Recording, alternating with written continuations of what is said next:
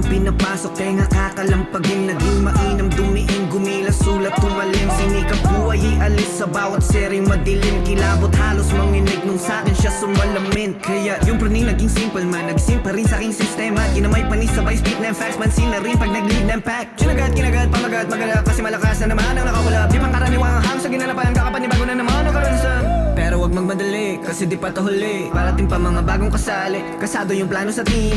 Iba na rin mga kasama, pala kahit na dumilim. Diskarte hindi natutigil, dalang bagay pupunuin. Kada pantig pumipilantik, kalampagimbit, sabay isiksik sa kada bitbit. Kapag gumitgit to make the shit sit, ako pa nag-mix. Wala to mistakes kahit pa one take, dumating pa kahit tingin na nila late. Ito yung art na di matatawaran hanggang sa mabansagan na kaming great, di ba mate?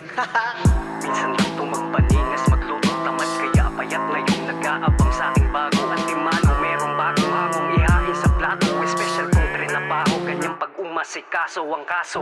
Kada abot ng beat kain, tawagin mo kong sakin. Inaangkin, mikropono titulo tuwing may lalapagan na piging. Kalampagin, sentido ng mga aning balagbagin. Na kahit anong gamitin mong panukat, malabong maging magkasing lagim. Praning kung paano dapat ikamada yung verso. Sa akin makikita kwarto, lalo pag kinargahan mo na ng kaping barato. Tabako palaging magarbo, walang binahaging ritaso. Panigurado may hahalubilo ka dating trabaho na parang sa veteranong budigero.